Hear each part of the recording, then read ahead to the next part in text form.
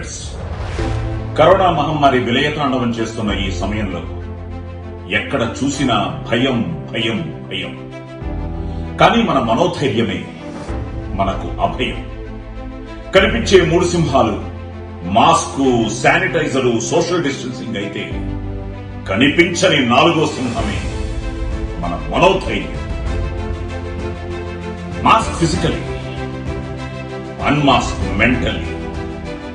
To be corona negative, be positive.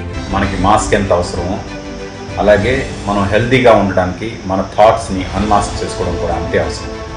ఎందుకంటే ఈ WhatsApp university, social media university, అలాగే news channels భయపెడుతున్నంత దేనిగా మనం వెళ్లాల్సిన అవసరం లేదు. ఆ భయాన్ని మనం క్యారీ చేస్తూ వెళ్లాల్సిన అవసరం లేదు.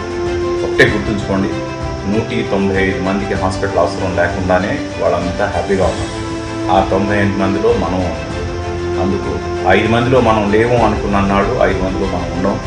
అది ఎవరైనా సరే అలా అనుకున్నప్పుడు ఆ థాట్ని మనం ఎప్పుడైతే అన్మాస్క్ చేస్తామో, అంటే అలాంటి భయాన్ని మనం ఎప్పుడైతే అన్మాస్క్ చేస్తామో అప్పుడు 100% ఆరోగ్యంగా ఉండే అవకాశం అందరికీ ఉంది. Let's unmask our thoughts. ఏంటి మాస్క్ తీసి మీతో మాట్లాడుతున్నాను అనుకుంటున్నారా? తప్పదు, మీతో చాలా ఇంపార్టెంట్ మాట్లాడాలి.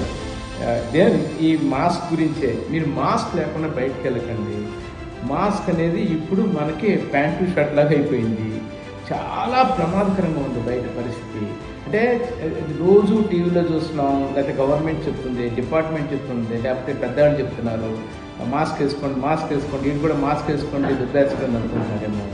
నేను కూడా రీసెంట్గా ఒక 1 వీక్ మీకు పర్సనల్గా చూస్తున్నాను నేను.